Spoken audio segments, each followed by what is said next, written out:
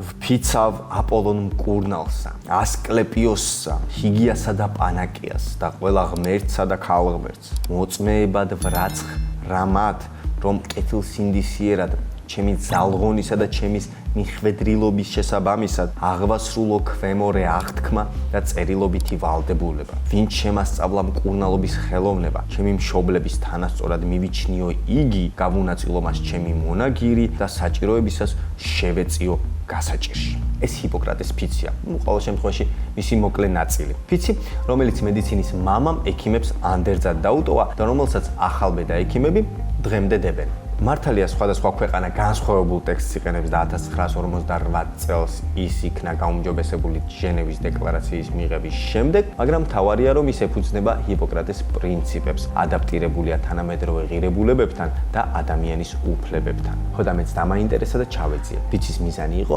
შეექმნა ჩარჩო, რომლის ფარგლებშიც ექიმი იმოქმედებდა მორალურად, ეთიკურად და ადამიანურად. ფიცის იდეა ეს ერთ-ერთი უძველესი და ყველაზე ცნობილი მაგალითია პროფესიული ეთიკის შესახებ, პირველი მცდელობა სტანდარტების დამკვიდრებისა. ფიცი იყო როგორც სოციალური კონტრაქტი, რადგან ექიმი იჭრებოდა ადამიანის პირად სივრცეში, ეს ეხებოდა მის ჯანმრთელობას, ახალშობილის გაჩენას ან თუნდაც სიკვდილს, ამიტომაც საზოგადოებას სჭირდებოდა ამ სანდოობის განმტკიცება. შესაბამისად, ფიცი ეხმარებოდა ექიმებსაც და საზოგადოებასაც ურთიერთმდობაში. ფიცი იყო როგორც სოციალური კონტრაქტი. ვინაიდან ექიმები შედიოდნენ ადამიანის პირად სივრცეში, ეხებოდნენ მის სხეულს და მის საიდუმლოებებს, არ ყვევდნენ, ექიმებისთვის აუცილებელი იყო რომ ქონოდათ ნდობა მოსახლეობაში, ხოლო საზოგადოებას სჭირდებოდა ამ სანდოობის განმტკიცება, რომ ექიმი აღნიშნულ ინფორმაციას ბოროტად არ გამოიყენებდა. ფიცი ეფუძნება 5 ძირითად პრინციპს. პირველი, მკურნალობა უნდა ემსახურებოდეს პაციენტის სიკეთეს. მეორე, პაციენტის ცხოვრების, საიდუმლოების და ღირსების პატივისცემა. მესამე, მასწავლებლისა და მედიცინის მემკვიდრეობის პატივისცემა. მეოთხე, არანაირი განზრახული ზიანის მიყენება და მეხუთე, სქესობრივი ან სხვა შეუფერებელი კავშირების აკრძალვა პაციენტთან. ჰიპოკრატე საბერძნეთში, კუნძულ კოსზე დაიბადა ძველი წელთაღრიცხვით 460 წელს. რა თქმა უნდა, ეს თარიღი მიახლოებულია. იგი სწავლობდა ათენში და განათლების დასრულების შემდეგ ხელი მიიღო მოხეტიალე ექიმის პროფესიას, ხოლო მოგვიანებით გახსნა საკუთარი სამედიცინო სკოლა. მას შეეძლო ადამიანის ხელით გასინჯვა, გულმკერდისა და მუცლის ღრუს მოსმენა, დაავადების დიაგნოსტირებისთვის შეისწავლიდა შარლისა და განავლის სუნსა და ფერს. მან დასაბამი დაუდო ავადმყოფობის მიმდინარეობის აღწერას, რაც თანამედროვე ენაზე გახლავთ ანამნეზი, იგივე ჯანმრთელობის ისტორია. შეიმუშავა ნახვევის დადების, მოტეხილობის, მკურნალობის მეთოდები და სხვა. ნაშრომებში აღწერდა სხვადასხვა დაავადებების მიმდინარეობას, მკურნალობის წესებს, საკუთარ დაკვირვებასა და პრაქტიკულ გამოცდილებაზე დაყრდნობით დაადგინა, რომ ექიმმა დიაგნოზის დასმის დროს აუცილებლად უნდა გაითვალისწინოს პაციენტის პირადი თავისებურებანი, მის ორგანიზმზე მოქმედი შინაგანი და გარეგანი ფაქტორები. კაცობრიობას მან დაუტოვა კორპუს ჰიპოკრატიკუმის სახელით ცნობილი ტექსტთა კრებული, რომელიც 70-ზე მეტ სამედიცინო ნაშრომს მოიცავს. გამარჯობა, მე გუგა ვარ და ეს ჩვენი მე-6 ვიზიტია. რამდენად ტრავმული არის პროფესიონალური სპორტი, განსაკუთრებით ისეთი, როგორიც არის რაგბი. რამდენ დროს უთმობს დღეში ნაკრების წევრი მორაგბე სოსო მათიაშვილი. 5 წლის ასაკში მას ფიზიოთერაპიის გადატანა მოუწია. ოჯახში ძალიან ბევრი ექიმი ყავს, მაგრამ მაინც ხშირად უწევს ექიმებთან ვიზიტი. დაესწრო მეუღლის მშობიარობას და აქტიური მამაა ბავშვის გაზრდაში. სოსო მათიაშვილის ანამნეზი. სოსო მათიაშვილის ანამნეზი. რა მაწუხებს?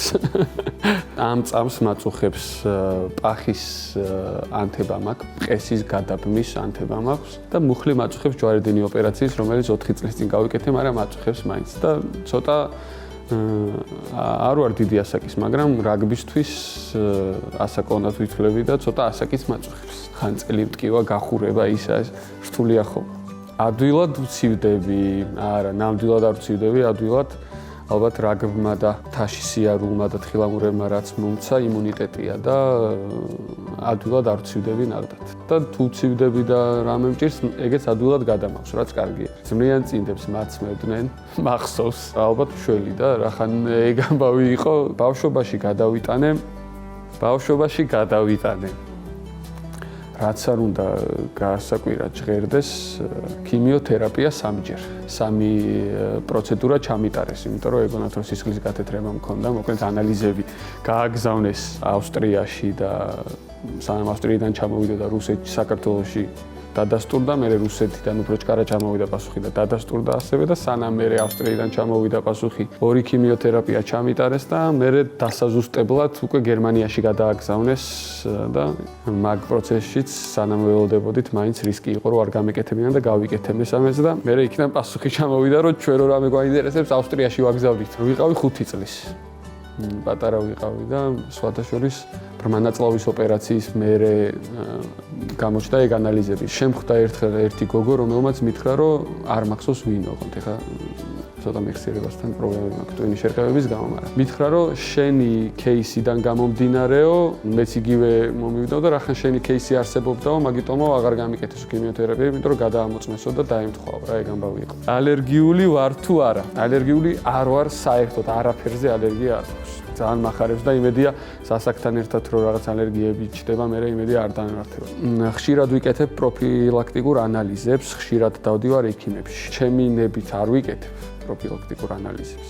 მაგრამ იმდენად ხშირად მაქვს ხოლმე ტრავმა, რომ რაღაცების გაკეთება მიწევს და ფაქტიურად გამოდის, რომ პროფილაქტიკური ანალიზები გამომდის. ხშირად დავდივარ ექიმებშიც, იგივე ამბავია რა, არ დავდივარ საერთოდ ექიმებში, მაგრამ ტრავმა იმდენად ხშირად მაქვს, რომ მიწევს ეს ამბავიც. მიმიღია ტრავმა, ტრავმებს ვუკლავდები, ტრავმა მიმიღია უამრავი და ტრავმების გამკლავება სპორტსმენისთვის მით უმეტეს თავის ფორმის პიკში ძირთად მაგ პერიოდში იღებ ტრავმებს. საკმაოდ რთულია, ფიზიკურად არ არის ისეთი რთული, როგორც მენტალურად და თან რაც უფრო ხშირი არის, მით უფრო მერე გიჭირს დაბრუნება. ფორმაში ჩადგები, ფორმის პიკში ხარ, მე ტრავმას მიიღებ, მე ისევ თავიდან უნდა დაიწყო და ძალიან რთული არის მენტალურად და ამის მერე დაბრუნება და ისევ ძლიერი რო იყო, მაგას ხშირად გულშემატკივრები ვერ ანალიზებენ. რაც შეეხება COVID-19-ს ჩვენ ცხოვრებაში, როგორც ვთქვი, რამდენი სახეობის COVID-იც არსებობდა, ყველა COVID-ი მივიტანე სახლში. ეგ ალბათ იმის ბრალია, რომ რა კონტაქტურ სპორტს თამაშობ.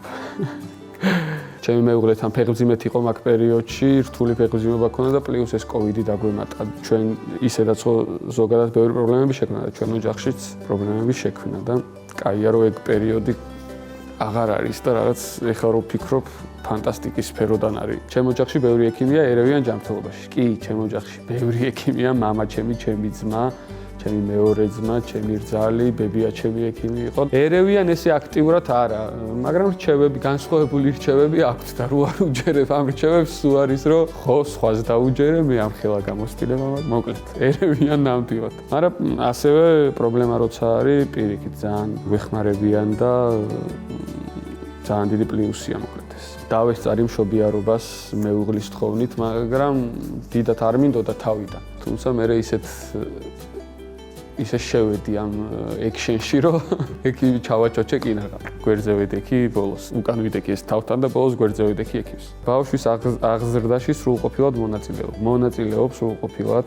ამას ახლა ჩემი მეუღლე უფრო დაადასტურებდა და უფრო იტყოდა ვიდრე მე ალბათ და ჩემი ოჯახის წევრები ვინც უყურებს, მაგრამ ყველაფერში მონაწილეობას ვიღებ და აქტიურად თან რა. ჩემი მეუღლე სადმე წასვლა თუ უნდა შემიძლია რომ თავისუფლად დავიტოვო ბავშვი, მივხედო ჩვეულებრივად ყველაფერი, რასაც ჩემი მეუღლე აკეთებს, მე შემიძლია რომ გავაკეთო და ვაკეთებ. იმედია სხვა აზრის არაა თვითონ. მომიტეხია ლავიწი, ხელი მომიტეხია და всё. მოტეხილობა ბევრი არ მაქვს. ეს ლავიწიც თხილამურებზე მოვიტეხე და არა რაგბზე და ის რო ჩამისვეს რკინა. ერთ წელიწადში უნდა ამოიღო ეს რკინა წესით. ხო და მე ერთ თვეში სრიალი დავიწყე და ამოვიგდე ეს რკინა და ორ თვეში ამომიღეს. ძალიან ცუდად მახსოვს, ძალიან ბევრი ტრავმები მაქვს, ამიტომ ყველა ცუდად მახსოვს. მახსოვს ერთი რამე ძალიან ცუდად. ბოლოს სანამ მსოფლიო ჩემპიონატი იქნებოდა რაგბის, 2022-ში იყო შავი ლომის ტურნე ურუგვაიში და იქ 5 თამაში იყო დარჩენილი და მაგამდე სულ ტრავმები მქონდა და ბოლო შანსი იყო რომ დამემტკიცებინა რომ მეკუთვნის ნაკრებში თამაში. და სამწუხაროდ იმ 5 თამაშიდან ერთი თამაში ვითამაშე 40 წუთი, იმიტომ რომ ტრავმები მქონდა ისევ პახის. ვერ შევძელი რომ დამემტკიცებინა ის რომ ისევ კარგი დონის მორაგბე ვარ და სამწუხაროდ ისეთ მომენტში ვარ ეხა ჯანმრთელი რომ უკვე აღარ არის რა ინტერესი ჩემს მიმართ. არა და კაი ფორმაში ვარ. ვარჯიშობ, მძინავს ვიკვებები, ვარჯიშობ კვირაში 5 ჯერ და სპორტულად და კარგად.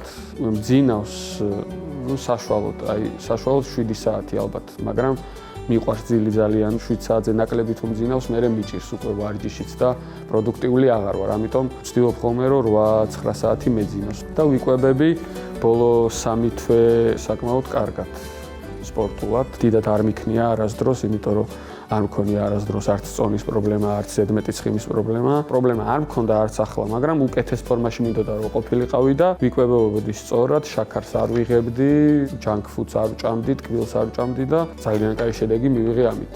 კვება მნიშვნელოვანი ნაწილია სპორტსმენის, არა მარტო სპორტსმენის. რა პროდუქტზე ვერ ვამბობ უარს. სასმელი მიყვარს ძალიან. აი ამ ბოლო 3 თვის განმავლობაში კი ვთქვი უარი. მამა ჩემი და მე ღვინოს ვაკეთებთ, ნატურალურ ღვინოს ვაწარმოებთ. მამა ჩემი აწარმოებს. მე ვეხმარები და საბოლოო ჯამში უნდა ჩავერთო მაგამ ბავშვი, მაგრამ კარგ პროდუქტთან მაქვს ურთიერთობა ძალიან ხშირად, ყოველდღიურად. მიყვარს ღვინის დალევაც და ჭაჭის და მოკლედ მიყვარს კარგი სასმელი. როდესაც თავისუფალი ვარ, უარს ნამდვილად არ ვიძახი. რაციონიდან ამოვიღებდი შაქარს, რა მიყვარს, ჩაი შაქრით მიყვარს, კოკა-კოლა მიყვარს, ტკბილი მიყვარს და მაგას ამოვიღებდი, იმიტომ რომ აშკარად ამ 3 თვის განმავლობაში ძალიან კარგი შედეგი მომცა. სად მიყვარს დასვენება, მთა თუ ზღვა? მთა მიყვარს ბევრად, ვიდრე ზღვა, თუმცა გააჩნია განწყობას. მთაში ყოველთვის მომწონს და მსიამოვნებს და შემილია რომ დიდხანს ვიყო მთაში და ბუნებაში. ზღვა ცოტა ხნით ყოველთვის სასიამოვნოა, ისე აი უდარდელად რო ხარ და არაფერი საზრუნავი რო არ გაქვს, ზღვაც სასიამოვნოა ზაფხულში, რა თქმა უნდა. მაქვს ფობია,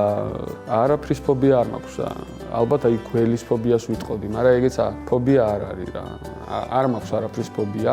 მეშინია რომ ჩემი საყვარელი ადამიანები ჩემს გვერდით არ იყვნენ, ეგა ალბათ ყველაზე ძალიან ისიც მეშინია. ნუ სიკვდილის ალბათ ყველას ეშინია, მაგის გარდა გამოვლილი მაქვს ყველაფერი. და არაფრის დიდად არ მეშინია. მე ვარ სოსო მათიაშვილი და მე ვარ პაციენტი. სულ. ჰიპოკრატეს მედიცინაში სხეულის ფუნქციები განიხილება როგორც 4 სითხის წონასწორობა: სისხლი, ნაღველი, შავი ნაღველი და ლიმფა. სქესობრივი აქტივობა მაშინ ითვლებოდა ერთ-ერთი იმ საშუალებად, რომელსაც შეუძლია ამ წონასწორობის დარეგულირება. ჰიპოკრატე თავის ნაშრომებში აღნიშნავს ქალის სხეულს, კერძოდ მას საუბარი აქვს რეპროდუქციაზე, მენსტრუაციასა და სქესობრივ ჯანმრთელობაზე. სექსოლოგიას როგორც დარგს უფრო ფართოდ კაცობრიობა მე-19-20 საუკუნეში დაუბრუნდა და მისი ფორმირებაც მოახდინა. სამწუხაროდ დღესდღეობით საქართველოში სექსოლოგია არ არის მიჩნეული მნიშვნელოვან დარგად. ხშირ შემთხვევაში სექსუალური პრობლემებს ყურადღებას არ ვაქცევთ ჩვენ სოციუმში და ეს ტაბუდატებული თემაა. არადა ერთ-ერთი ყველაზე ხშირი მიზეზი წყვილების განქორწინების სწორედ სექსუალური პრობლემები გახლავთ. არადა ჰიპოკრატეც კი აღნიშნავს, რომ სხეულის ბალანსი, რეგულარული ფუნქცია და ფიზიოლოგიის დამოკიდებულება ცხოვრების წესზე სწორედ სექსოლოგიის მკურნალობას უკავშირდება. სექსოლოგთან ვიზიტი არ არის სირცხვილი. ეს ჯანმრთელობის პრობლემაა და მისი უყურადღებო დატოვება შეიძლება გაცილებით უფრო მწვავე პრობლემების წინაშე დაგაყენოთ. ჩვენი დღევანდელი ვიზიტის სტუმარი პრაქტიკულად ტაბუდადებულ თემებს ებრძვის. ექიმი, სექსოლოგი, მედიცინის დოქტორი ზურაბ მარშანია. ჩვენი ვლოგი გრძელდება და ჩვენი მორიგი ვიზიტი იქნება ძალიან საინტერესო. მივადექით საკითხს, რომელიც არის სუბუქად რო ვთქვათ, სენსიტიური და გარკვეულწილად ტაბუდადებული კი ჩვენ სოციუმში. ეს გახლავთ სექსოლოგია. და ჩვენთან სტუმრად არის დღეს ზურაბ მარშანია, პროფესორი, სექსოლოგი, მედიცინის აკადემიური დოქტორი.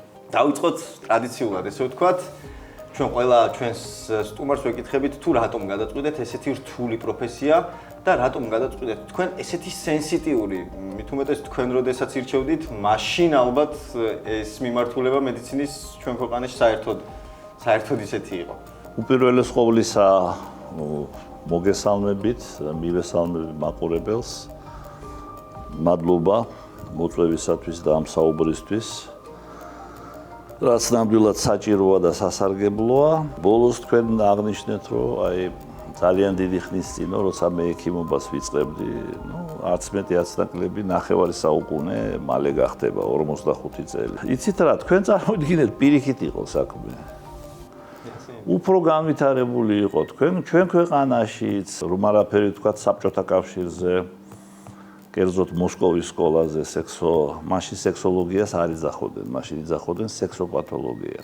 არსებობდა საერთო საკავშირო სექსოპათოლოგიის სამეცნიერო პრაქტიკული ცენტრი, სადაც მე ვსწავლობდი და სადაც სხვათა შორის შევისწავლე სექსოლოგია და დავხვეწე ჩემი საექიმო ხელოვნება ამ სფეროში.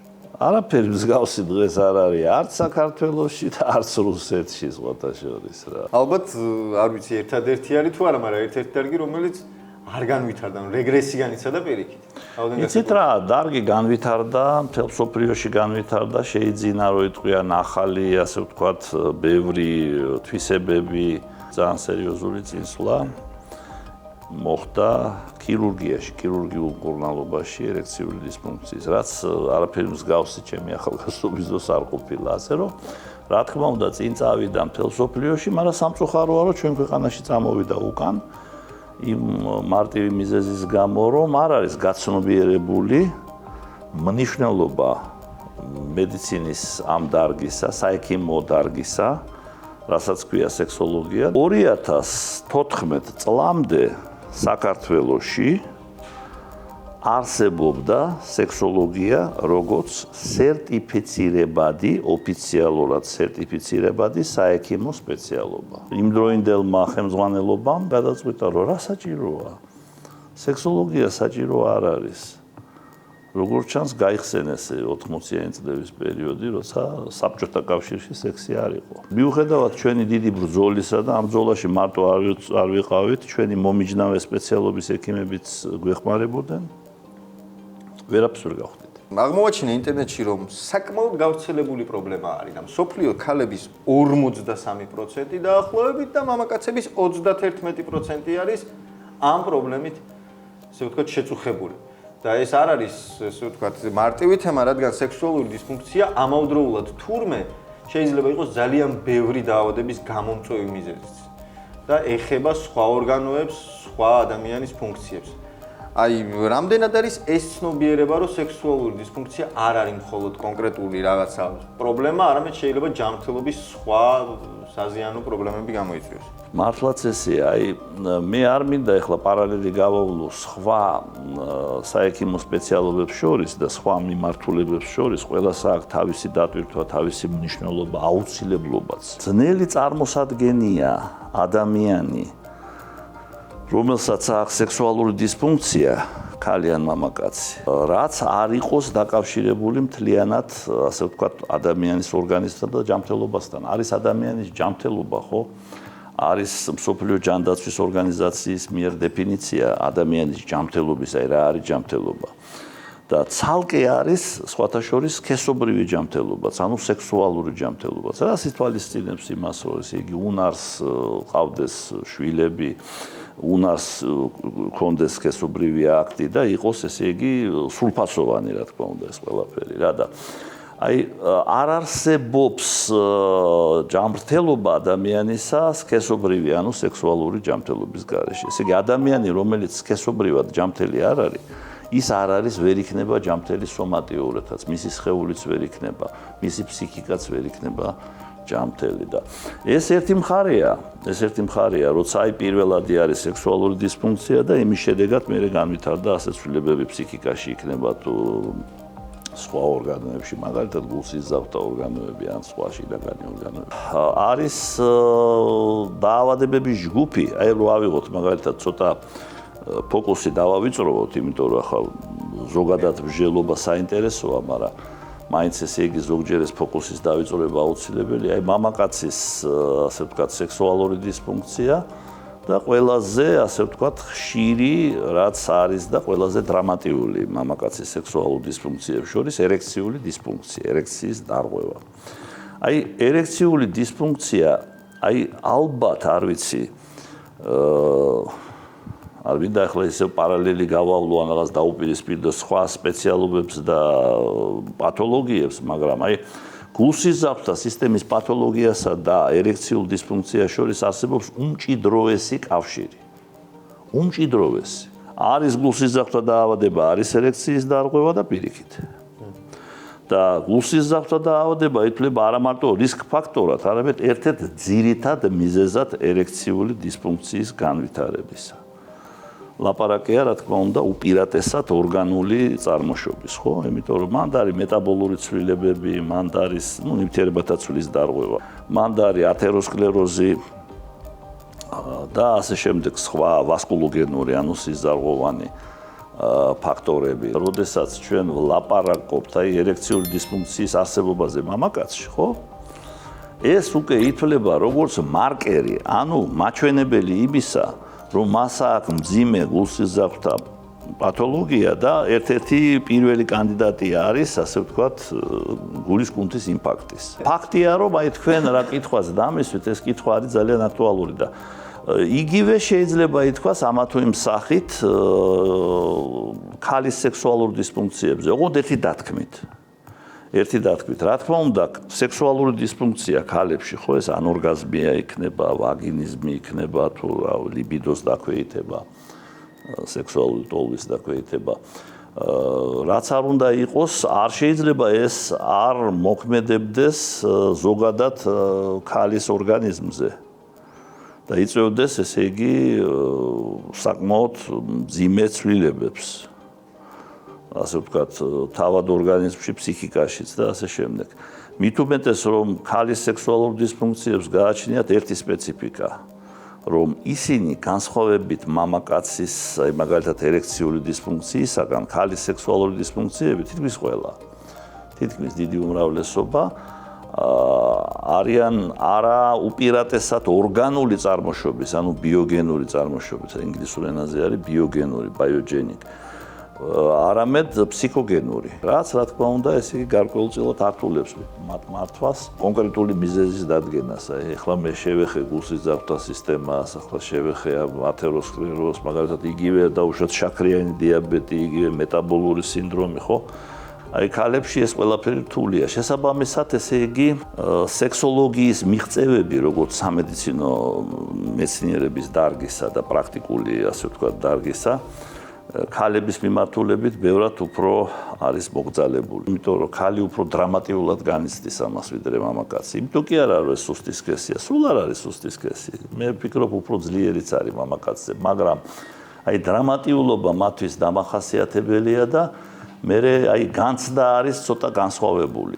რაიმე სტატისტიკა თუ არსებობს, თუნდაც მან სხვაობაში დაავადებულთა რა პროცენტი განიკურნება დაუშვათ? კი, როგორ არა. არსებობს, აი რომ ავიღოთ ახლა მთლიანად რომ ვილაპარაკოთ ახლა სექსუალური დისფუნქცია უამრავია. ამიტომ მოდი, ესე იგი, ფოკუსირება გავაკეთოთ ყველაზე, ერთ-ერთ ყველაზე ხშირ ფორმებზე, მაგალითად, ერექციული დისფუნქცია მამაკაცებში და ანორგაზმია, ანუ რას ნიშნავს ანორგაზმია, ესე იგი, ქალის მიერ სქესობრივი აქტის დროს, ვაგინალური სქესობრივი აქტის დროს ორგაზმის მიღწევის ან შეუძლებლობა, ან გაძნელება, ეს არის ანორგაზმია. ერთ-ერთი ყველაზე, შეიძლება ითქვას უხშირესი ფორმა. აი, რამდენი არის ეფექტურობა მკურნალობის, ანუ განკურნებიანობა. ერექციული დისფუნქციის, აი, გაგიკვირდებათ ძალიან მაღალი, თითქმის 100%. ეხლა უყურეთ რა შეასაქმე. ეს პირობითია, რა თქმა უნდა, ეს 100% საერთოდ არაფერი არ შეიძლება იყოს. ერექციულ დისფუნქციას გააჩნია ერთი ესეთი სპეციფიკა. არის სამი ხაზის თერაპია. პირველი ხაზის თერაპია ასე იწყება, ძირითადად არის მედიკამენტოზური, ტაბლეტოვანი. მერე არის, ესე იგი, ინიექციური მკურნალობა, მეორე ხაზის მკურნალობა, თუ ისიც შედეგს არ იძლევა და მესამე ეს არის ოპერაცია. მე ვახსენე ქირურგია და ის სერიოზული შეიძლება ითქვას რევოლუციური ცვლილებებიც, რომელიც მოხდა, ასე ვთქვათ, ქირურგიაში, ერექციული დისფუნქციის მკურნალობაში. ლაპარაკი, რა თქმა უნდა, პირველ რიგში მე მაქვს ფალოენდო პროტეზირებაზე, ანუ ასოს პროტეზირებაზე. რთული ოპერაცია, ტრავმატიული, თავისი სპეციფიკით, თავისი გვერდითი, ასე ვთქვათ, გართულებებით ასე შემდეგ. მე საერთოდ იმ ექიმებს მივეკუთვნები, იმ ჯგუფს ექიმებისას, რომელიც ცდილობს ყოველთვის სიმართლე უთხრას პაციენტს, რაც არ უნდა მძიმე იყოს ამ სიმართლის მოსმენა. როცა ეხება საკუთარი თავის ჯანმრთელობას, საკუთარ ბედნიერებას, ქალი, განსაკუთრებით ჩვენი ქალი, ქართველი ქალი, ეს არის ადამიანი, რომელიც არის, ასე ვთქვათ, თავდადებული უფრო სხვისთვის, ამ შემთხვევაში მეუღლისთვის, ვიდრე თავისთვის. და ეს უკვე ნიშნავს, ესე იგი, დაბალ мотиваციას და ეს უკვე ნიშნავს იმას, რომ ხშირად, როდესაც უნდა ქალმა ბოლომდე იბრძოლოს თავის ბედნიერებისთვის, სრულფასოვანი სექსუალური ცხოვრებისთვის, ის კაპიტულაციაზე მიდის რა, აღიარებს დამარცხებას და არ უნდა აღიარო არასოდეს დამარცხება. აქ საჭიროა ბოლომდე ბრძოლა და აი აქ ცოტა უჭირთ ჩვენ ქალებს. ერთ-ერთი ძალიან მნიშვნელოვანი პრობლემა, რასაც იწვევს სექსუალური დისფუნქცია და რადგან ვახსენეთ ახლა ქალები, რომლებიც უშუალოდ მეორე ნახევრის გამო ბევრს წირავენ, ოჯახების ესე ვთქვათ, პირდაპირ დანგრევა არის. და სტატისტიკა გვანახებს, რომ 2024 წელს საქართველოში 13,000-ზე მეტი ოჯახი განქორწინდა და ალბათ დიდი წილი აი ამ პრობლემის გამოც იყო ამ 13,000-ში. თუ არ ვცდები, მატების ტენდენციაა სამწუხაროდ. საერთოდ საქართველოს გამოირჩეოდა მთელ მსოფლიოში წინა წლებშიც, არც თუ ისე დიდი ხნის წინ, ესე იგი, განქორწინების დაბალი პროცენტით. ამ შემთხვევაში ალბათ უფრო გამართლებულია ჩვენ ვილაპარაკოთ არა იმდენად სექსუალურ დისფუნქციაზე, რამდენადაც სექსუალურ დისჰარმონიაზე. იყო ესეთი დიდი მეცნიერი, დიდი გენიალური ექიმი ვასილჩენკო, გიორგი ვასილჩენკო, რომელმაც აი პირველმა შემოიტანა ესეთი მცნება და ესეთი დიაგნოზი, შეიძლება ითქვას ნოზოლოგიური ერთეული სექსუალურ დისფუნქციებში, როგორიც არის სექსუალური დისჰარმონია. წყვილის სექსუალური დისჰარმონია. რას ნიშნავს ეს? სექსუალური დისფუნქცია არც ეს არა, არც მეორეს, მაგრამ სექსი არის არაჰარმონიული, მანკიერი. და აი ხშირად ესეც შეიძლება იყოს მიზეზი განქორწინებისა. რა თქმა უნდა, არის ხშირად, როცა ან ერთს აქვს, ან მეორე, ან ორივეს აქვს, ხო? შეგვიძლია თუ არა ჩვენ დახმარება? ყველა შემთხვევაში შეგვიძლია. ექიმ სექსოლოგს, თუ ის არის კვალიფიცირებული და ნამდვილი სექსოლოგი თუა და არ არის მომიჯნავე სპეციალობის წარმომადგენელი, რომელიც იბრალებს, რომ სექსოლოგი ვარო, ხო? კიდევ ერთი პრეპარატი, მედიკამენტი, რომელიც მთელმა მსოფლიომ იცის და რომელიც ასევე თავის დროზე რევოლუციის მოხდენია. ანუ სილდენაფილ ციტრატი. ჯენერიკის უძახიან, ეს არის მოქმედი საწყისი, ძირითად ნივთიერება. ეს მეტია ვიდრე რევოლუცია, რა თქმა უნდა. 1998 წელს სამმა ამერიკელმა მეცნიერმა, მედიკოსმა, რომელიც მონაწილეობდნენ აი ამ სილდენაფილ ციტრატის მოქმედების მექანიზმის, ეფექტურობის, კლინიკურ პრაქტიკაში დანერგვის, ასე ვთქვათ, მეცნიერულ პრობლემებზე მიიღეს ნობელის პრემია. ბაზუზრო, დღის ბოლოს ვიაგრა თვითონ როგორც პრეპარატი. ეს არის უნიკალური პრეპარატი. მარტო ერექციული დისფუნქციის მკურნალობის დროს ძალიან ეფექტურია. ერთჯერადად ერექციის გასაუმჯობესებლად კი არ არის. ეს არის ფოსფოდიესტერაზა 5-ის ინჰიბიტორების ჯგუფის წარმომადგენელი. ეს არის სამკურნალო საშუალება. ინიშნება ხანგრძლივად და საბოლოოდ, ესე იგი, თუ გამოვიდა ის, გააჩნია რა ფორმა ერექციული დისფუნქციისა. რამდენად მძიმე, რამდენად თანდაყოლილი, ესეთ, თანდაყოლილი lifelong ქვია ახლა ინგლისური ტერმინია ესეთ. ხო და შედეგებს იძლევა ბრწყინვალეს რა. მარტო ეგ კი არა, არის უკვე სხვა ჯგუფის პრეპარატებიც. უпроსტოდ ჯგუფი იგივეა, ფოსფოდიესტერაზა 5 ინჰიბიტორები, მაგრამ არის ტადალაფილი, არის ვარდენაფილი, ესე იგი ამ სამ პრეპარატზე წვდომა ქართველ ექიმებს გვაქვს. მეოთხე არის კიდე პოპულარული, რომელიც კლინიკურ პრაქტიკაშია დანერგილი, ხვია ავანაფილი. იმაზე ჯერ არა გვაქვს. ყველას თავისი ჩვენება აქვს, ყველას თავისი, ასე ვთქვათ, პლუს მინუსები აქვს. ყველა ერექციულ დისფუნქციაზეა თუ სექსუალურ დისფუნქციაზე? ერექციულ დისფუნქციაზე. აი საზღვარგარეთ არა 10 წლის განმავლობაში ჯიუტად ცდილობდნენ დაემტკიცებინათ, რომ ვიაგრა რაღაცას მოქმედებს ქალებში. მე აღმოჩნდა, რომ ვერ. ქალებისთვის მედიკამენტები დიდად არ არის, იმიტომ რომ ყველაფერი როგორც თქვით, ძიმე პრობლემაა. უფრო ფსიქიატრიული. ძიმე. სელექტიურად რომ მუშაობდეს ქალის სექსუალურ დისფუნქციაზე, კერძოდ ქალის ლიბიდოს დაქვეითებაზე, ყველაზე ხშირი და ყველაზე მძიმე ცურვი, ყველაზე მძიმე სამკურნალოა სხვა შორის, ანორგაზმიაზე მძიმე, უფრო ცუდი შედეგები. ერთადერთი პრეპარატი მოიგონეს ამერიკის შეერთებულ შტატებში სახელწოდებით ფლიბანსერინი. ეს არის ერთადერთი პრეპარატი, რომელიც აი სელექტიურად გამოიყენება ქალის ლიბიდოს დაქვეითების სამკურნალოდ და ასე ვთქვათ, აი რანდომიზირებული და double blind. ამას ქვია evidence based study. ანუ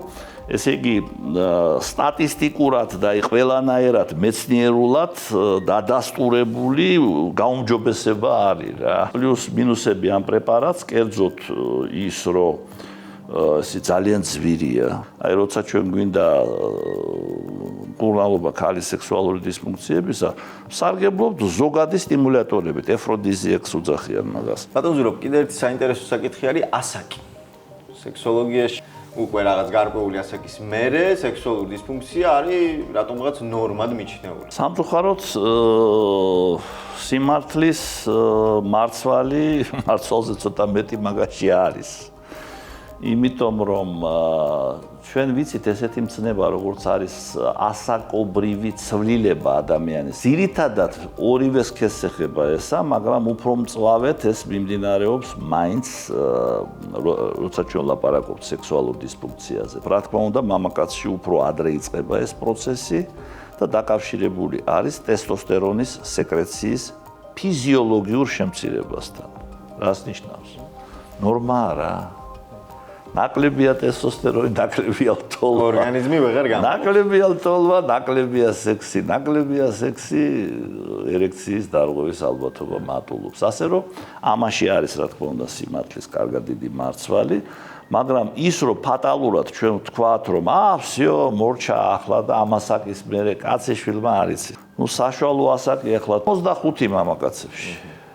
ეს უკვე გარკვეულწილად კი, კრიტიკული ასაკია. რაც შეეხება ქალებს, აქ ცოტა რთული სიტუაციაა. რთული, იმიტომ რომ ქალი აი კლინიკურად რო ავიღოთ, აი მაგალითად არის პრეკლიმაქტერული სინდრომი, კლიმაქტერული სინდრომი, კლიმაქსის სიტყვა, ბევრმა არ იცის კლიმაქსი რა არის, ასე არ არის, ბერძნული სიტყვა ნიშნავს კიბეს.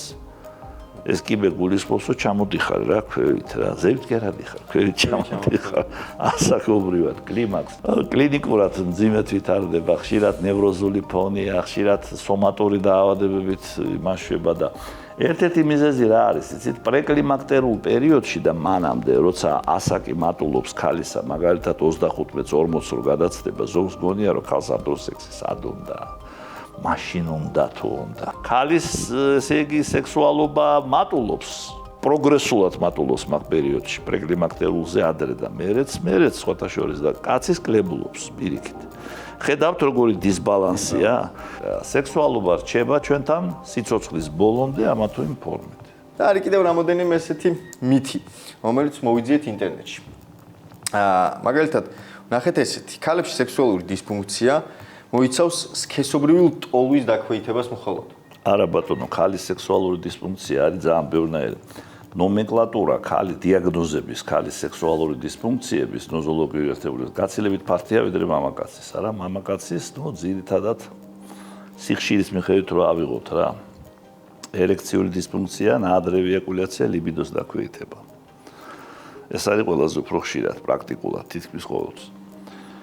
ქალში ანორგაზმია, ლიბიდოს დაქვეითება, სექსუალური აღზნებიდობის დაქვეითება, დისპარეუნია, ანუ მტკივნეული სქესობრივი აქტი, ვაგინიზმი, ესე იგი ლუბრიკაციის ნაკლებობა, სკვირტინგი. მე მინდა რაღაცნაირად აი გავაფრთხილო ჩვენი მსმენელი, რომ ნუ ენდობიან ინტერნეტში გავრცელებულ განსაკუთრებით ბლოგებში. მე მიმაჩნია რომ მეტი წილი ადამიანებისა, რომელიც ღრმად შედის არაექიმებისა სექსუალური დისფუნქციის თემაში და ინტერნეტში ბლოგებში ძალიან აქტიურებს, ესენი არიან შიზოფრენიკები. ბატონ ზურაბ, და ბოლოსთვის კიდევ ერთი ტრადიციული კითხვა გვაქვს. თქვენ თავად როგორი პაციენტი ბრძანდებით? მე რა ძნელი კითხვაა რა. აი ყველაზე ძნელი კითხვა ბოლოში მოითოვე რა და არ შემიძლია ახლა აპლოდისმენტებით ამას არ შევხვდე რა, როგორი ვარ. მე საერთოდ ვცდილობ ვიყო თვითკრიტიკული რა. მაგრამ მიუხედავად მთელი ჩემი თვითკრიტიკულობისა, მე შემიძლია ვთქვა, რომ მე ვარ კარგი პაციენტი. არა ვარ ყველაზე კარგი, მაგრამ არა უშავს პაციენტი რა. გადაცემა გამოგვივიდა ჩემი აზრით ძალიან საინტერესო, მრავლის მომცვლელი. ჰიპოკრატეს სკოლაში ორსულობას, მშობიარობას და ქალის რეპროდუქციულ ჯანმრთელობას განსაკუთრებული ადგილი ეკავა, რადგან მაშინდელ მედიცინაში ეს იყო ერთ-ერთი ყველაზე მნიშვნელოვანი და ცენტრალური საკითხი. მათი ხედვები ხშირად ეფუძნებოდა ბუნების ფილოსოფიას და ასევე განიხილებოდა სითხეების თეორია, რომელიც ცოტათი მოძველდა, თუმცა ისტორიულად ფასეულია. ჰიპოკრატეს მედიცინა მიიჩნევდა, რომ ორსულობა ბუნებრივი პროცესია. უბრალოდ ის მოითხოვს განსაკუთრებულ დაკვირვებას, კვებასა და ცხოვრების წესს. ჰიპოკრატეს მიეწერება ერთ-ერთი პირველი მცდელობა ორსულობის კლინიკური ნიშნების ჩამოყალიბებაში. საუბარი გვაქვს მენსტრუაციის შეწყვეტაზე, კერდის შესიებასა და მუქ არეოლებზე, გულისრევასა და ღებინებაზე და მუცლის ფორმის ცვლილებაზე. ბუნებრივია, იმ დროს დიაგნოსტიკა მთლიანად ეფუძნებოდა დაკვირვებასა და პაციენტის გამოკითხვას. წარმოიდგინეთ, დღევანდელი მედიცინა რამდენად განვითარებულია. საუკუნეების განმავლობაში დაგროვებული კვლევები, დაკვირვებები და ყველა ის ინფორმაცია, რომელიც დასაფუძებული იქნა. უკვე შეგვიძლია ვთქვათ, რომ ზუსტ შედეგებს ვიღებთ და ექიმებს შეუძლიათ ორსულობის პრენატალური მდგომარეობაც კი მართონ სათანადოდ. რას იფიქრებდა ჰიპოკრატე, რომ გაეგო, რომ შეგვიძლია ბავშვის სქესი იქამდე გავიგოთ, სანამ ის დაიბადება. ჩემს მეუღლეს ჰქონდა გეგმიური ვიზიტი. ხო და მეც გადავწყვიტე, რომ ამჯერად მარტო არ გავყოლოდი. დამესვა ცოტა უფრო მეტი კითხვა, ვიდრე მას უნდოდა, რადგან ვაპირებდი, რომ ეს ყველაფერი თქვენთვის გამეზიარებინა. ბევრმა დედამ იცის ეს პროცესი, ვინც არ იცის და თუნდაც მომავალში შეიძლება დასჭირდეს, აუცილებლად გვიყურეთ. თათა ჯოხაძე, ჩაჩავას კლინიკის რეპროდუქციული განყოფილების ექიმი, გინეკოლოგი.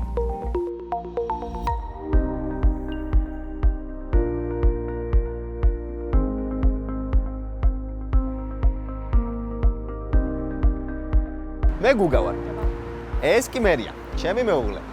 და ის არის ორსულად. ალბათ უკვე ზოგმა თქვენგანმა იცის, რომ მის მუცელში ორი პატარა ადამიანი ზის და ვითარდება. მოდი მითხარი, რამდენი კვირის ხარ? უთხარი უფრო სწორედ მაყურებელს. ეხლა ვარ 16 კვირის. და მოვედით გეგმიურ ვიზიტზე. გეგმიურ ვიზიტზე, კი, 16 კვირაზე. მე ვფიქრობ, რომ იმიტომ რომ ორი ნაყოფია, ბევრად უფრო ვიღლები, უფრო უენერგიოდ ვარ, მუცელიც ძალიან სწრაფად გამეზარდა. შენი ექიმი არის? თათა ჯოხაძე. რომელთანაც დღეს ჩვენ მივალთ სტუმრად და რომელსაც დავუსმევ მე გარკვეულ კითხვებს. გავიგოთ, რაზე უნდა გავამახვილოთ ყურადღება ორსულობის დროს, რატომ არის ეს განსაკუთრებული და მნიშვნელოვანი პერიოდი ადამიანის და დედების ცხოვრებაში.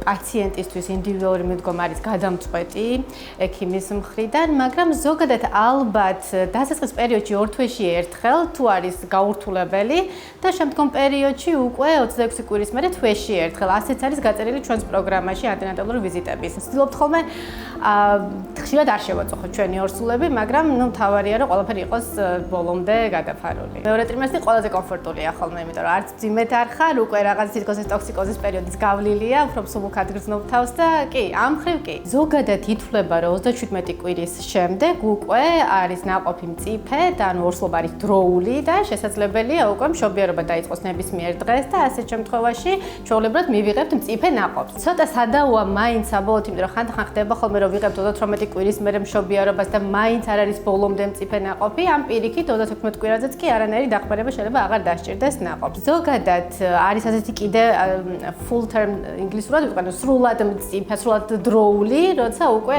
39-40 კვირა არის ნაყოფი, ორსულობა და ამის შემდეგ იბადება ნაყოფი. რეალურად 38 კვირას უნდა გადაჭდეს ორსული, რომ უკვე მშვიდად ვიყოთ და ნუ ვიფიქროთ, რომ აქ საქმე გვექნება დროულ და მწიფე ახალშობილ. ჩვეულებრივი სიმპტომი არის თუნდაც დაჭიმულობა მუცლის ქვედა არეში, თუნდაც დისკომფორტი, თუნდაც ჩებერილობა, რაც ძალიან ხშირად არის ხოლმე, გულისრევის შეგრძნება, ზოგს აქვს დილის ტოქსიკოზი, ზოგს საღამოს, ზოგს შეიძლება საღამოს საერთოდ შობის უუნარო იყოს და თითქოს morning sickness-ი ქვია, ხო, ინგლისურად დილის ტოქსიკოზი არის, მაგრამ საღამოს გამომჟღავნდეს და ეს სიმპტომები ყველა ბუნებრივია, წელის ტკივილით და როგორც წესი არ არის ხოლმე დაკავშირებული რაიმე გართულებასთან, მაგრამ რა თქმა უნდა, ექიმები იმისთვის ვართ, რომ მოიტანონ ჩვენთან, მე ჩვენ ვშლით ხოლმე ამ სიმპტომებს და მე ვეუბნებით, უნდა გვეშინოდეს ამის თუ არ უნდა გვეშინოდეს. შემიძლია გამოვარჩიო, მაგალითად პირველ ტრიმესტრში ძლიანი გამონადენი საშოდან, ასევე ძლიერი ტკივილი მუცლის მხედარეში, ასევე ტემპერატურა შემციუნებით, ასევე სითხოვანი გამონადენი, რომელიც შესაძლებელია წყლებთან იყოს დაკავშირებული და მაშინაც აუცილებლად უნდა მიმართოს ექიმს და ძალიან მნიშვნელოვანი და რაზეც ყოველთვის უმახვილებ ხოლმე ჩემ პაციენტებს ეს არის ნაყოფის მოძრაობითი აქტივობა. მესამე ტრიმესტრში როცა უკვე გრძნობს და დედამიწის როგორი არის ეს მოძრაობითი აქტივობა და თუ შეატყო რომ რაღაცა ძალიან შეიცვალა, თუ ვერ იგრძნო, საპანიკო არაფერია, შეიძლება უბრალოდ ეძინოს ბავშვს, მაგრამ მნიშვნელოვანია რომ ყურადღებით იყოს დედა. იმ შემთხვევაში თუ რაღაცა პერიოდი გავიდა და ვერ იგრძნო მოძრაობა, აუცილებლად უნდა მიმართოს ექიმს და ეს მესამე ტრიმესტრში ეს არის განსაკუთრებულად მნიშვნელოვანი. თუ უცებ აღმოაჩინეთ, რომ რაღაცნაირად თითქოს ვერ იგრძენით მოძრაობა, ხო, იმ მესამე ტრიმესტრში ხართ 32-33 კვირა, უკვე იცით რომ აქტიურად უნდა მოძრაობდეს ბავშვი. შეიძლება ჩვეულებრივად რაღაცაზე გადაერთეთ და მაგის გამო უბრალოდ ვერ შეამჩნიეთ. ამ დროს არის ესეთი სპეციალური ვარჯიში წვებით იმ მხარეს, როცა ბავშვი უფრო აქტიურია, დედამ ყველაზე კარგად იცის ეს წესი. 2 საათში 8 მოძრაობა უნდა გააკეთოს. შეგიძლიათ შეეხმიანოთ თუ რაღაცა და თითქოს უკვე დრო გადის და 8 მოძრაობა არ გააკეთა, შეგიძლიათ კბილი წყალი დალიოთ, ან რაღაცნაირად შეეხმიანოთ. დებმა იციან ხოლმე როგორ უნდა შეეხმიანონ თავის შვილებს. ძალიან მნიშვნელოვანია რომ ყველა პაციენტმა აი მესამე ტრიმესტრში იცოდეს ამის შესახებ. არ ჭირდებათ ხოლმე ხა ყოველდღე ამის გაკეთება, იმიტომ რომ არასვენებთ პირიქით რომ ეკითხები როგორი აქტიურია და ვაიმე არ ვიცი რას აკეთებს მუცელში. საოცრებებს ჩადიან ხოლმე და ძალიან საყვარლები არიან, მაგრამ ნუ ხანდახან კი და ეს ძალიან მნიშვნელოვანია. აი ერთ-ერთი უმნიშვნელოვანესია შეიძლება ამითი ძალიან დიდ რაიმეს გადავრჩეთ ყველა. სწორი კვება, ერთ-ერთი და ჯანსაღი ცხოვრების რეჟიმი ერთ-ერთი უმნიშვნელოვანესია ჯანმრთელი ნაყოფის მისაღებ, ჯანმრთელი ბავშვის მისაღებად. მნიშვნელოვანია რომ იკვებონ ისეთი პროდუქტებით, რომელიც არის ასე თუ ისე ჯანსაღი, აი მაგალითად არ არის ახალი რომ ალკოჰოლი და თამბაქო არ შეიძლება, ასევე არ შეიძლება კონსერვირებული პროდუქტები, ესეთი რომლის წარმომავლობა არ ვიცით, არაპასტერიზირებული, რძისგან მიღებული, ასევე არ შეიძლება უმი და ნახევრად უმი პროდუქტების მიღება, იმიტომ რომ აქ არის ტოქსიკოსპლაზმოზის რისკი და ნუ სხვა არაფერ შეიძლება და ასევე ღვიძლის შემცველი პროდუქტები არ შეიძლება, იმიტომ რომ ბევრად ავიტამინს შეიცავს. დიდი თევზი არ შეიძლება კიდე.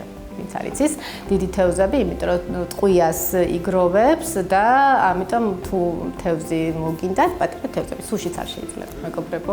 ხშირად ხდება ხოლმე რომ რაღაც აუტანლობა იწყება ორსლობის დროს ხორცის მაგალითად, ხაჭოს ვერ ჭამენ და ასე შემდეგ და ნუ ასეთ დროს ვიხმართ ხოლმე რაღაც პრენატოლურ ვიტამინებს, რომელიც გვეხმარებათ. მაინც დღეს ალბათ საქართველოში და არა მარტო არ არის ის მის ფუფუნება, რომ გქონდეს ისეთი ჯანსაღი საკვები, რომ მივიღოთ ყველა ის მიკროელემენტები, რომელიც მარტო ჩვენ კი რა ბავშვსაც ეყოფათ. ორსულობა არ არის ავადმყოფობა, არის ჩვეულებრივი კარგი მდგომარეობა.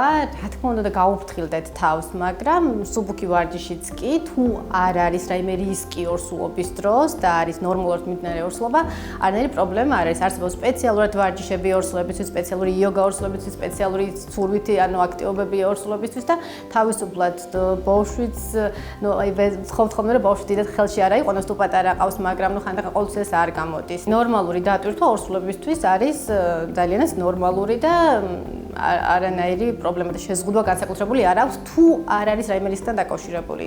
შემდეგი ორსულობები იმიტომ არის მარტივი, რომ უკვე ყავს ბავშვი, რომელსაც უნდა მოვარო და აღარ გცალია იმ ორსულობის დასაკვირვებლად, რომ იქ ყველანაირ რაღაცა პატარა ჩივილზე დაჯდე და არ გცალია უბრალოდ და აი მაგიტომ არის ხოლმე უფრო მეტად გამოცდილიც ხარ, ეგეც არის კი, იცი უკვე რა გზა უნდა გაიარო, მაგრამ ძირითადად მიზეზი მე მაინც ვფიქრობ, რომ ეგ არის, რომ არ გცალია, როცა პირველი ბავშვი ყავს. ევროპაში და ამერიკაში ყველას ეუბნებიან, რომ გრიპის ვირუსზე უნდა აიცრას ორსული, ჩვენ ძალიან გვიჭირს ამ რეკომენდაციის გატარება პაციენტებთან, მით უმეტეს ამ ბოლო პერიოდში კოვიდის შემდეგ, ამ ანტივაქსერული პროპაგანდის შემდეგ რაღაცა დამატებითი აცრის დავალება, თუმცა ანუ ყველა შემთხვევაში პროფილაქტიკა ყოველთვის ჯობია, მერე უკვე გრიპის ვირუსის გამკლავებას და ასე შემდეგ, ზოგადად ორსულობის დროს არ არის სასიამოვნო არც ერთი ვირუსული ინფექცია, განსაკუთრებით გვეშინია ხოლმე გრიპის ვირუსების დროს, იმიტომ რომ ქონია გართულებები. ეს სიტუაცია, რომ თუ ტემპერატურა დაფიქსირდა და რაღაც სიმპტომი გაქვს, უნდა დიფერენცირება მაინც მოხდეს, არის გრიპის ვირუსი თუ რომელი ვირუსია, რომ თავის დროზე დაიწყოს მკურნალობა, ეს ძალიან სასწრაფოდ მნიშვნელოვანი შეიძლება იყოს უკვე ამ ორსულობისთვის და ამიტომ დროული მიმართვიანობა ეს შემიძლია ვთქვა. არსებობს გამომდინარე იქიდან, თუ როგორი არის საწყისი წონა პაციენტის ოპტიმალური ნამატი ორსულობის დროს. თუ პაციენტი არის შედარებით გამხდარი დასაწყისში და მისი body mass index-ი, ანუ წონის ინდექსი ინდექსი არის შედარებით დაბალი, მას აქვს უფლება რომ მეტი მოიმატოს. იგივე არის ტყუპის შემთხვევაში. თვითონ მიან გინეკოლოგები აწვდიან ხოლმე ინფორმაციას თუ რამდენის მომატება არის ოპტიმალური მისთვის კონკრეტულად, იმიტომ რომ საწყის წონას და საწყის მდგომარეობას აქვს დიდი მნიშვნელობა. ოპტიმალური საშუალოდ რო ავიღოთ, ალბათ 12-დან 15 კილოგრამამდე, მაგრამ ესეც ესეთი ცოტა ზოგადი ციფრი არის. რეალურად 37 კვირამდე ყველა ორსულობა ნაადრევად ითვლება, უბრალოდ აქ არის ღრმა ნაადრევი და შეიძლება მსუბუქი ნაადრევი, როდესაც არის ხოლმე. წესით 34-დან 37 კვირამდე რაიმე გართულებას განსაკუთრებით არ ველოდებით, თუ მშობიარობა მოხდა, ნაადრევია, მაგრამ როგორც წესი ბავშვი ადვილად უმკლავდება ხოლმე, უფრო გვიჭირს 34 კვირამდე და ძალიან ყველა რაც უფრო ნაკლები, მით უფრო მეტი რისკი არის ბავშვის მხრიდან. სიმპტომები არის ტკივილი, რომელიც არის მუცლის ქვედა არეში და რეგულარულად ხდება და არ გადაივლის და ასეთ დროს აუცილებლად უნდა მიმართოთ, იგივე ის გამონადენი, რაც ვახსენე, სისხლოვანი იქნება თუ სითხოვანი გამონადენი საშოდან. ამიტომ მნიშვნელოვანია რომ ყურადღებით იყვნენ ჩვენი ორსულები და იმიტომ რომ გვაქვს საშუალება რომ გადავავადოთ მშობიარობა თუ დროულად მოხდა მიმართვა ექიმთან და სტაციონარში. ვადაგადაცილებას რაც შეეხება არანაკლებ საყურადღებო პერიოდია. ნახეთ აი 40 კვირაზე ყველა ორსულს უტარდება ულტრასონოგრაფიული კვლევა და დამატებითი ფუნქციური ტესტები ნაყოფის, რომ შევაფასოთ გვაქვს თუ არა კიდევ დრო. თუ ეს ფუნქციური ტესტები გვეუბნება რომ ჯერ ყველაფერი ნორმა, შეწყლები ნორმა არის, დოპლერი კარგია, ყველაფერი კარგია, ჩვენ კიდევ ვიცით ხოლმე ერთ კვირას. პირველი ვიზიტის ერთ-ერთი ყველაზე მნიშვნელოვანი ამოცანა ექიმებისთვის არის ის, რომ სწორად დაადგინონ გესტაციური ვადა, იმიტომ რომ თუ არ გვეცოდინება რა ვადის არის ორსული, ვერც ნაადრევ შევაფასებთ და ვერც ვადაგადაცილებას. ხანდახან არის ხოლმე გვიანი ოვულაცია არის, უბრალოდ აღარ ახსოვს ბოლო მენსტრუაცია და ასე შემდეგ.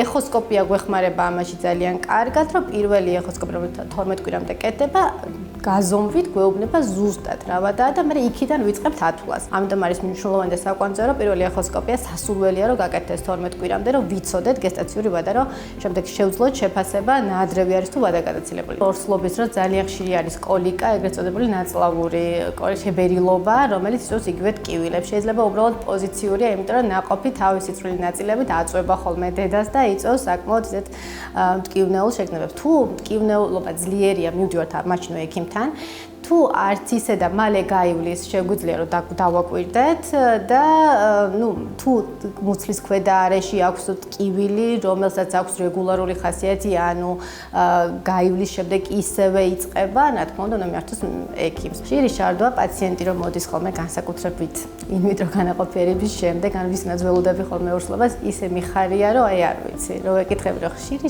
არა მაქვს თათექიმო არაფერი სიმპტომი, ხშირი შარდო ხო არ გაქვს და კი და მე ბედნიერი ვარ. იგივე არის ხოლმე გულისრევაზე, რომ მე ვეკითხები, რომ გულისრევის შეგრძნება კი ექიმო ცუდად ვარ და მე მიხარია ხოლმე, რაც არ უნდა ისე ჟღერდეს, იმიტომ რომ ვიცი, რომ ასე დროს ორსულობა პროგრესირებს.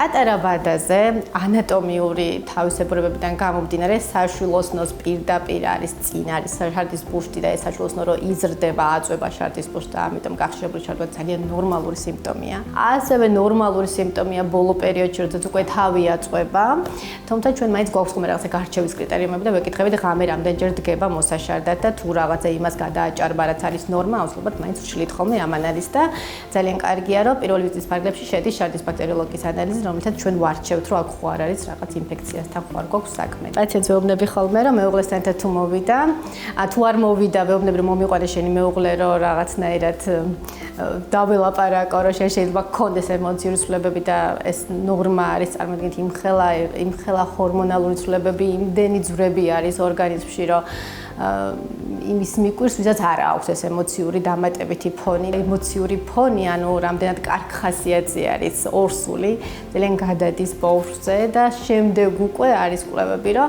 მშობიარობის მერეც კი, ვისაც ჰქონდა ესეთი udardeli და ესეთი კარგი ორსულობა, ბავშვს უფრო ემოციურად, უფრო სტაბილურიც არის და უფრო რაღაცნაირად კარგადაც ვითარდება. ამიტომ იზრუნეთ თქვენ შულებზე და შეუქმნით ყველანაირი პირობები თქვენს ორსულ ცოლებს, რომ იყოს ბედნიერი, გახარებული და კარგ ხასიათზე ხშირად. ორსულობის დროს იგივე ჰორმონალური თემები არის, მიდის ორსულთა დერმატოზები არსებობს ძალიან ბევრნაირი, თუმცა მაინც გარჩევა უნდა მოხდეს, ნუ ექიმს ეუბნებით, თუ ექიმმა რაღაცა უცნაური განსხვავებული შეიძლება დერმატოლოგთანაც გაგიშვათ. პერიორალური დერმატიტებია ძალიან ხშირად, აი ცხვირის ირგვლივ და ტუჩის ირგვლივ როდესაც არის გამონაყარი და ისედაც ორსულობის დროს აი ყველა მანამდე მიძინებულმა რამე ალერგიულმა რეაქციამ თუ კანის ინფექცია მან გრძნობიარე არის ძალიან და შეიძლება თავი იჩინოს. გაურთულებელი ორსულობა არ არის წინააღმდეგ ნაჩვენები სქესობრივი ცხოვრებისთვის, ჩვეულებრივ შეიძლება გქონდეს სქესობრივი ცხოვრება. ერთადერთი არსებობს მდგომარეობა, როდესაც მომყვა პლაცენტა ცოტა ქვევით მდებარეობს და ასეთ დროს შეიძლება სქესობრივი ცხოვრების შემდეგ შეამჩნიოთ წითელი წვეთები და ძალიან ეშინიათ ხოლმე ორსულებს და ასეთ დროს რა თქმა უნდა ვთხოვთ რომ შეიკავონ ცოტა ხანი თავი. უნდა იყოს ქალის კომფორტით ეს ყველაფერი და თუ ის გრძნობს მე რაიმე დისკომფორტებს სქესობრივი ცხოვრების მე ხანდახან არის ხოლმე საშუალო შეკუმშვები და ასე შემდეგ თვითონ უნდა გადაწყვიტოს. ჯერ საკმარისი დრო არ გასულა, რაც თქვა იგივე შილაკი შემოვიდა ხო ჩვენთან და თან მით უმეტეს აი ეს აპარატი რომელიც ახორციელებს აი ამ გაშრობას, ხო? მაინც ახლოს აქვთ ხოლმე ორსულებს და არ მომწონს. მე ყველას ვთხოვ ხოლმე, რომ არ ვიცი, არ არის ჯერ არანაირი კვლევა, რომ შეიძლება საფრთხის შემცველი იყოს, მაგრამ არც ის კვლევა არის, შეიძლება არ იყოს შემცველი. ამიტომ რა ვიცი, ხა რაღაცნაირად გაძლებ ადამიანი. შილაკის შემთხვევაში კიდე რა მომენტია, რომ ყველა ღმერთმა დაიფაროს, მაგრამ კლინიკაში მოხვედრის შემთხვევაში ჩვენ ფრჩხილის ფერი და ზოგადად ფრჩხილი გვაინტერესებს, გვჭირდება. ლაზერულ ეპილაციაზეც ხშირად არის ხოლმე ეს კითხვები და ნუ კიდურებზე, ნუ წესით აი მოკლე სხივია და აი არსად მან უფრო დაგროვდა ასე თუ ისე ცოდნა რომ რამე შეიძლება გართულება გამოიწვიოს რომ დიდი ხანია უკვე გვაქვს ლაზერული ეპილაცია და გვეუბნებიან რომ არა არანაირი პრობლემა არ, იმიტომ რომ მოკლე სხივია. მე მაინც ვთხოვ ხოლმე რომ იმ ზონებზე რომელიც ახლოს არის რაღაცა ლიმფურ კვანძებთან და რაღაცა მუცელთან მოერიდონ და კიდურებზე და სახეზე, ნუ აძლევ ხოლმე რაღაც რეკომენდაციას. პაციენტისთვის ძალიან შეიძლება სტრესული იყოს, რომ თმა არ შეიღებოს 9 თვის მანძილზე და ნუ თან იქიდან გამომდინარე რომ არ არის ეხლა დადგენილი რომ მან შეიძლება რაღაცა გართულება გამოიწვიოს, მე ჩემს ორსულებს ვეუბნებ ხოლმე რომ მინდა რომ ლამაზები იყოს ასე რომ არ აუშავს. ეცადეთ რომ იშვიათად, მაგრამ რაღაცნაირად თქვენ განწყობას ძალიან მნიშვნელობა აქვს. ცხელი აბაზანები არ შეიძლება ორსულობის დროს 38 გრადუსზე მეტი არ უნდა იყოს აბაზანა და ისედაც ვცდილობთ ხოლმე რომ რაღაცა დამატებითი ნივთიერებები და რაღაც არ იყოს მომზადებული. შხაპი არანაირი პრობლემა არ არის და იგივე ტემპერატურული კონტროლი უნდა იყოს. ძალიან ცხელი შხაპი, მით უმეტეს თუ რაღაც პატარა აბაზანა, ხშირად არის ხოლმე რომ რაღაც გულის სინკოპეს და გულის წასვლის ისინი არის ხოლმე ეპიზოდები, ამიტომ მეცადეთ რომ ძალიან ხანგრძლივად და ძალიან ცხელი წყლით არ მოსვლებს ვეუბნები ხოლმე რომ ძალიან ფრთხილად უნდა იყვნენ და 10 გააჩნია ეხა ამინც 10-11 საათის შემდეგ არ გაირუჟონ ის ქოლგის ქვეშ. რაც შეეხება ზღვის წყალს როგორც წესი სტერილური არ არის, მაგრამ უსაფრთხო არის ეს მარილიანი წყალი და ნუ იქიდან არანაირი ინფექციის აკიდება, ეს უხეშად რო ვთქვა არ ხდება. აუზებზეც წესით იგივე, იმიტომ რომ ქლორის შემცველი უნდა იცადრო და ზოგან ძალიან ისეთი ქლორის აქტიური სუნი რო არის, აი ასეთ აუზებს უნდა მოერიდონ რა, სადაც ოპტიმალურია, კი ბატონო. სოდა არ მომეწონა. სხვა? ბორჯომი? კი, მინერალური წყალი, კი ბატონო, ეგ სტაფილო, მიწის თხილი, აი არ ვიცი, შეიძლება ესეთი უცნაური რაღაცეები იწვევდეს გაუმჯობესებას, რომ გაგიკვირდეთ, მაგრამ ბორჯომი, ანუ გასული იყო და არ უნდა ჩანაცვლდეს წყლით არც ერთ შემთხვევაში.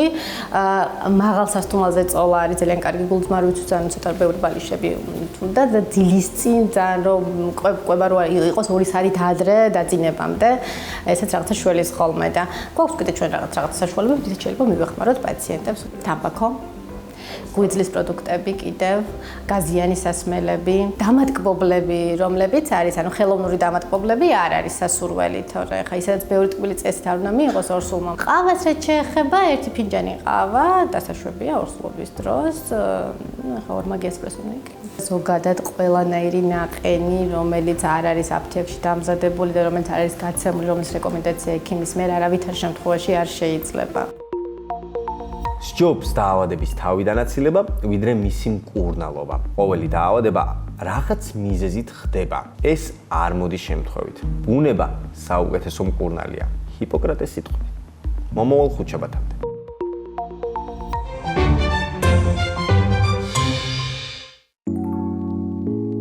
გაიდლაინი, სახელმძღვანელო ინსტრუქცია, რეგულაცია, წესი, მითითება. კლინიკური პრაქტიკის გაიდლაინები არის რეკომენდაციები ჯანდაცვის სფეროს წარმომადგენლებისთვის პაციენტების მოვლის შესახებ. ისინი ეფუძნებიან საუკეთესო ხელმისაწვდომ კვლევით მტკიცებულებებს და პრაქტიკულ გამოცდილებებს. გაიდლაინები მუდმივად განვითარებადი და განახლებადი დებულებებია. კლინიკური პრაქტიკის გაიდლაინები უნდა იყოს განხორციელებადი, გაზომვადი და მიღწევადი. სამედიცინო გაიდლაინები იყოფიან 4 კატეგორიად: S1, S2K, S2E, S3. S1 გაიდლაინები აჯამებენ ექსპერტების რეკომენდაციებს. ისინი სისტემურად არ აგროვებენ და არ აფასებენ სამედიცინო ცოდნას მოცემულ სფეროში, ასე რომ S1 სახელმძღვანელოში მოცემული რეკომენდაციები გაცილებით ზოგადია. S2K გაიდლაინები შემუშავებულია სამედიცინო სფეროს სპეციალისტთა კომიტეტის მიერ. გაცემული რეკომენდაციები კონსენსუსზეა, ანუ შეთანხმებაზე დაფუძნებული. იმის გამო, რომ სამედიცინო ინფორმაცია აქ არც სისტემურად გროვდება და არც ფასდება, ინფორმაცია, რომელსაც რეკომენდაციები ეფუძნება, არ არის სრულყოფილებისთვის სანდო. ანუ ეს ნიშნავს, რომ სპეციალისტები იმსჯელებენ პრაქტიკასა და გამოცდილების მიხედვით და შემაჯამებელ დასკვნას დადებენ. S2E გაიდლაინები ამ კატეგორიის გაიდლაინებზე კომიტეტი სისტემურად აგროვებს სამედიცინო ცოდნას სხვადასხვა წყაროდან, მაგრამ თუ კომიტეტის წევრები არ თანხმდებიან, ისინი არ იყენებენ კონსენსუსზე დაფუძნებულ მიდგომას სახელმძღვანელოს შემუშავებისთვის. ეს 3 გაიდლაინები კი არის გაიდლაინების ერთადერთი კატეგორია, რომელიც აკმაყოფილებს ყველა მოთხოვნას.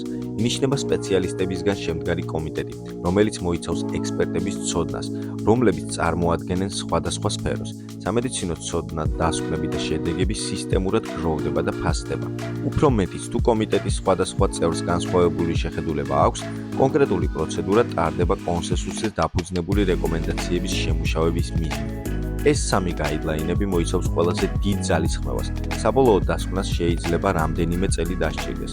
როდესაც ეს 3 გაიდლაინები შემუშავებულია ექიმებისა და ჯანდაცვის პროფესიონალებისთვის, ეს ნიშნავს, რომ მრავალწლიანი დაკვირვებისა და მუშაობის შედეგია და სრულიად სანდოა.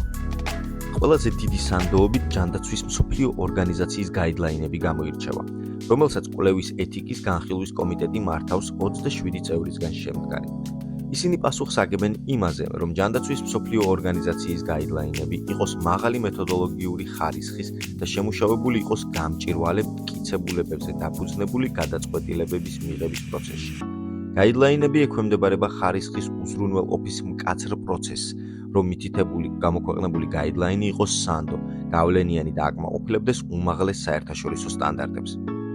გაიდლაინები არ არის სავალდებულო. თითოეულ კლინიკას თუ სამკურნალო დაწესებულებას უფლება აქვს საკუთარი პრიორიტეტების მიხედვით მოიქცეს, თუმცა შესაძლოა ცალკეულ ქვეყნებში ეს იყოს ეროვნულ დონეზე და სამედიცინო გაიდლაინის სავალდებულო დადგენა ხდებოდეს ჯანდაცვის სამინისტროს მიერ.